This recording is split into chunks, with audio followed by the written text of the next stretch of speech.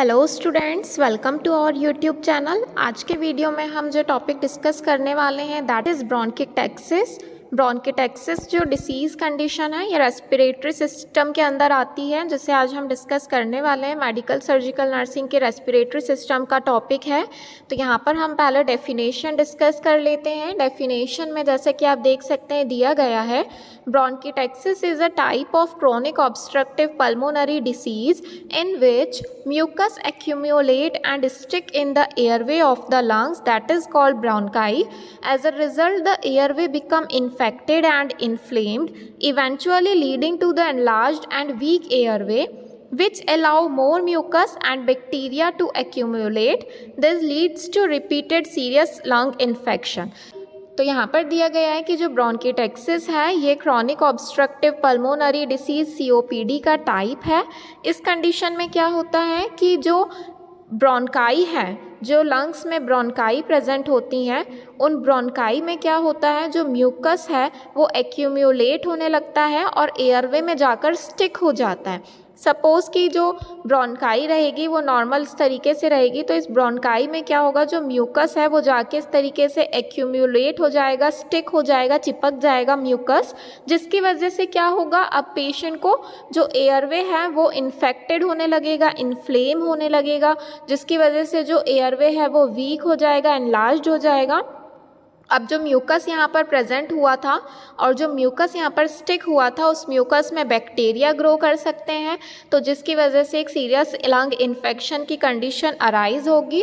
तो यहाँ पर हमें सिर्फ इतना ध्यान रखना है कि जो ब्रोंकिटेक्सिस है ये ऐसी कंडीशन है जिसमें जो एयरवे है, ब्रोंकाई है, उसमें एक्सेसिव म्यूकस का प्रोडक्शन हो रहा है, म्यूकस जाकर स्टिक हो जा रहा है और म्यूकस स्टिक होने की वजह से जो है गैसेस का एक्सचेंज नहीं हो पाएगा, जिसकी वजह से पेशेंट को ब्रीथिंग डिफ़िकल्टी हो सकती है और म्यूकस एक्यूम्यूलेशन होने की वजह से लंग इन्फेक्शन हो सकता है, क्योंकि उस जगह पर बैक्टीरिया की जो है ग्रोथ हो सकती है। तो अब हमें देखना है कि कितने टाइप्स के ब्रोंकिटेक्सिस होते हैं। 3 टाइप्स के मेन ब्रोंकिटेक्सिस देखे जाते हैं। यहाँ पर आप देख सकते हैं, first one is cylindrical bronchiectasis. Cylindrical मतलब नाम से ही समझ आ रहा है कि जो ब्रोंकिटेक्सिस है उसमें जो ब्रोंकाई है वो सिलेंड्रिकल शेप की हो जाएंगी। Cylindrical bronchiectasis is the mildest form and reflect the loss of the normal tapering of the airway. इस सबसे पहले तो जो cylindrical bronchiectasis है ये माइल्डेस्ट फॉर्म का bronchiectasis है, ज़्यादा सीवियर नहीं होगा। इसमें जो सिम्टम्स भी रहेंगे वो माइल्ड फॉर्म में रहेंगे और इसमें क्या होगा, एयरवे को टैपरिंग कर रहा है, टैप कर रहा है, मतलब कि एयरवे को जो है मतलब अफेक्ट कर रहा है, जिसमें गैसेस एक्सचेंज नहीं हो पाएगा। Bronchi are enlarged and cylindrical shape. जो ब्रोंकाई होती हैं वो नॉर्मली इस तरीके की रहती हैं, लेकिन जब सिलेंड्रिकल ब्रोंकिटेक्सिस होगा पेशेंट को तो जो उसकी ब्रोंकाई है वो एनलार्ज्ड हो जाएंगी इस तरीके से, जैसे कि आप इमेज में देख सकते हैं। नॉर्मल ब्रोंकाई थोड़ी थिन थी, लेकिन यहाँ पर जो है एनलार्जमेंट हो गया है, सिलेंड्रिकल शेप में एनलार्जमेंट होगा, इसलिए इसे सिलेंड्रिकल ब्रोंकिटेक्सिस कहा जाता है। सिम्टम्स जो रहेंगे वो माइल्ड रहेंगे, क्योंकि ये सीवियर फॉर्म नहीं है, सिर्फ माइल्ड सिम्टम्स हमें शो होंगे, जिसमें क्रॉनिक कफिंग वगैरह इंक्लूड हो सकता है। उसके बाद हम नेक्स्ट टाइप देख लेते हैं, दैट इज सेक्युलर ब्रोंकिटेक्सिस। सेक्युलर ब्रोंकिटेक्सिस में क्या होगा, सेक्युलर ब्रोंकिटेक्सिस में क्या होगा, सेक्युलर ब्रोंकिटेक्सिस जो है ये थोड़ा सीवियर फॉर्म रहेगा as compared to cylindrical bronchiectasis. Cylindrical bronchiectasis से थोड़ा सीवियर फॉर्म में रहेगा। इस कंडीशन में क्या होगा, जो एयरवे है वो डिस्टॉर्शन हो जाएगा, डैमेज होने लगेगा airway. Affected person produces more sputum as compare to cylindrical bronchiectasis. यहाँ पर जो है पेशेंट में ज़्यादा स्पूटम का प्रोडक्शन होगा। Bronchi are irregular with area of dilatation and constriction. जो ब्रोंकाई है वो इरेगुलर वे में डायलेट होने लगेंगी, जैसे कि आप यहाँ पर इमेज में देख सकते हैं। जो सेक्युलर फॉर्म का रहेगा ब्रोंकिटेक्सिस, उसमें यहाँ पर जो एयरवे है वो इरेगुलर फॉर्म में क्या होने लगेंगी, एनलार्ज होने लगेंगी। फिर उसके बाद जो नेक्स्ट टाइप है that is cystic bronchiectasis. Cystic bronchiectasis में क्या होगा, it is the most severe form of bronchiectasis. ये जो है सिलेंड्रिकल और सेक्युलर से ज़्यादा है, ये सिलेंड्रिकल ब्रोंकिटेक्सिस और सेक्युलर ब्रोंकिटेक्सिस से ज़्यादा सीवियर फॉर्म में रहेगा, मोर सीवियर फॉर्म में अगर हो रहा है तो दैट इज़ सिस्टिक ब्रोंकिटेक्सिस। अब इसमें जो है सबसे पहले तो ये लेस कॉमन है, बाकी जो थे वो ज़्यादा कॉमन टाइप के थे, लेकिन यहाँ पर ये लेस कॉमन टाइप का जो है कम लोगों में देखने को मिलेगा। These patients often have chronic productive cough, इसमें पेशेंट में बहुत ज़्यादा क्रॉनिक प्रोडक्टिव कफ के सिम्टम्स प्रेजेंट रहेंगे।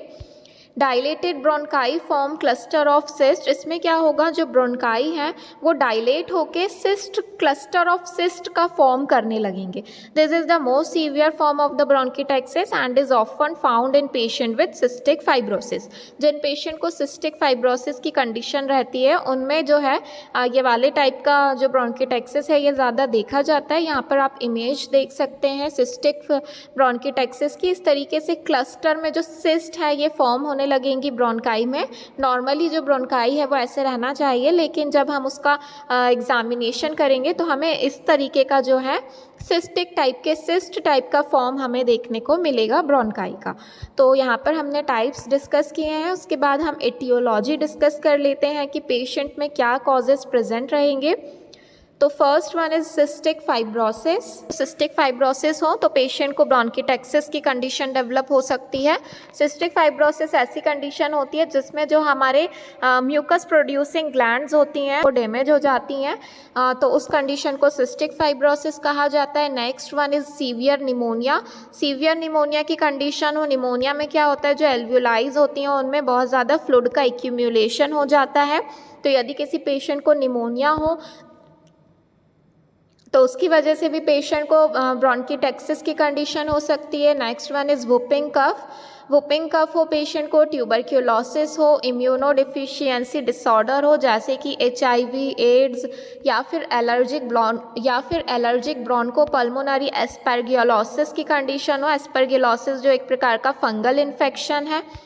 अल्फ़ा-1 एंटीट्रिप्सिन की डेफिशिएंसी हो गई हो, ये एक जेनेटिक कॉज रहता है रियोमेटॉइड आर्थराइटिस की वजह से, या फिर ब्रोंकियल ऑब्स्ट्रक्शन हो, एस्पिरेशन ऑफ फॉरेन बॉडीज़ और अदर मटेरियल, या फिर किसी पेशेंट ने एस्पिरेट कर लिया हो इन सब की वजह से, या फिर inhalation of toxic gases like ammonia, patient ने जो टॉक्सिक गैसेस हैं उन्हें इनहेल कर लिया हो, अल्कोहल, ड्रग अब्यूज़, या फिर इन्फ्लेमेटरी बाउल डिसीज़ जैसे कि अल्सरेटिव कोलाइटिस, क्रॉन्स डिसीज़, ये सभी जो है रिस्क फैक्टर या कॉजेज़ हो सकते हैं ब्रोंकिटेक्सिस होने के। फिर उसके बाद हम देख लेते हैं कि क्या जो है डायग्नोस्टिक इवैल्यूएशन हम परफॉर्म कर सकते हैं, कैसे आइडेंटिफाई करेंगे कि पेशेंट को ब्रोंकिटेक्सिस हो रहा है। तो यहाँ पर हम पहले तो first one is history collection, patient की हिस्ट्री लेंगे। हिस्ट्री में हम पेशेंट को पूछ सकते हैं कब से कफिंग हो रही है, कितना टाइम हो गया है, ठीक है, ये सारे जो सिम्टम्स हैं उन्हें आइडेंटिफाई करेंगे। Next one is physical examination, जिसमें हमें पेशेंट का फिज़िकल एग्जामिनेशन करना है, इंस्पेक्शन, पाल्पेशन, परकशन, ऑस्कल्टेशन, ये मेथड्स परफॉर्म करके हम पेशेंट का फिज़िकल एग्जामिनेशन करेंगे। फिर उसके बाद चेस्ट CT स्कैन किया जाएगा, चेस्ट एक्सरे किया जाएगा, ब्लड टेस्ट लेंगे पेशेंट का, लंग फंक्शन टेस्ट परफॉर्म करेंगे। लंग फंक्शन टेस्ट ही पल्मोनरी फंक्शन टेस्ट है, एंड ब्रोंकोस्कोपी हम पेशेंट की कर सकते हैं। तो यहाँ पर ये सभी डायग्नोस्टिक इवैल्यूएशन हम परफॉर्म करेंगे। उसके बाद फिर हम देख लेते हैं क्या क्लिनिकल मैनिफेस्टेशन प्रेजेंट रहेंगे, क्या साइन एंड सिम्टम्स प्रेजेंट रहेंगे पेशेंट में। First one is coughing up lots of sputum. Patient के जो सिम्टम्स रहेंगे उसमें पेशेंट को कफिंग होगी, बहुत ज़्यादा स्पूटम का प्रोडक्शन होगा। फाउल स्मेलिंग म्यूकस, म्यूकस में जो है फाउल स्मेल प्रेजेंट रहेगी क्योंकि बैक्टीरिया की ग्रोथ हो सकती है जिसकी वजह से जो फाउल स्मेल है ये प्रेजेंट रहेगी। Next one is tiredness and poor concentration. Patient बहुत टायर्ड रहेगा, कंसंट्रेशन नहीं होगा, wheezing. Next one is wheeziness. Patient में वीजीनेस या वीजिंग साउंड जो है ये प्रेजेंट रहेगा। ब्रीथलेसनेस, पेशेंट को ब्रीथिंग डिफ़िकल्टी होगी एक्सरसाइज करने के टाइम पर। पेशेंट में cough up some blood from an inflamed airway. क्या हो सकता है, पेशेंट को कफ के साथ में ब्लड आ सकता है, जिसके लिए हम टर्मिनोलॉजी यूज़ करते हैं, दैट इज़ हेमेप्टाइसिस। हेमेप्टाइसिस की कंडीशन हो सकती है। क्रॉनिक परसिस्टेंट साइनोसाइटिस, साइनोसाइटिस की कंडीशन प्रेजेंट हो सकती है पेशेंट में।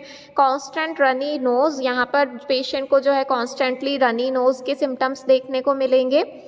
चेस्ट पेन हो सकता है पेशेंट में, जॉइंट पेन हो सकता है, रिकरिंग चेस्ट इन्फेक्शन हो सकता है, एबनॉर्मल चेस्ट साउंड सुनाई देगा हमें, वीकनेस हो सकती है पेशेंट को, वेट लॉस एंड फटिग के सिम्टम्स देखने को मिल सकते हैं, एंड क्लबिंग ऑफ फिंगर।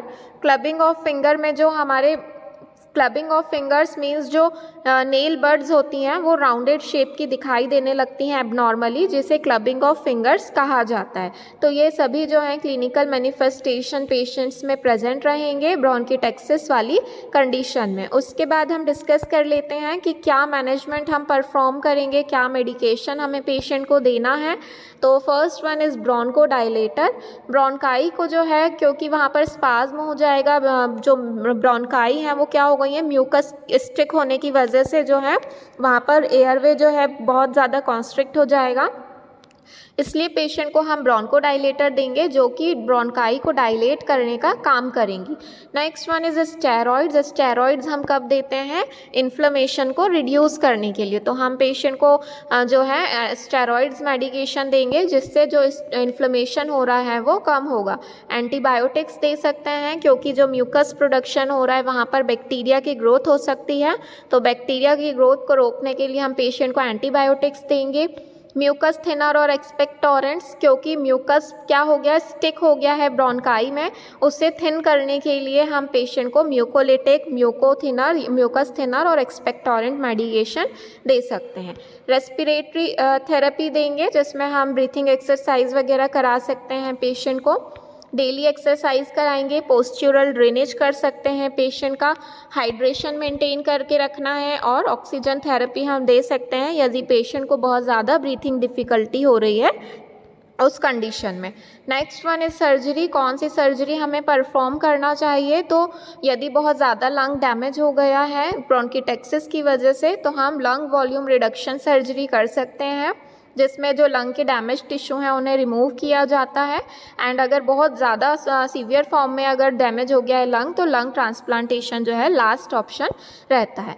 तो आज के वीडियो में हमने ब्रोंकिटेक्सिस डिसीज़ कंडीशन डिस्कस किया है। यदि आपको और डिसीज़ कंडीशन देखनी है तो आप हमारे चैनल पर जाकर देख सकते हैं।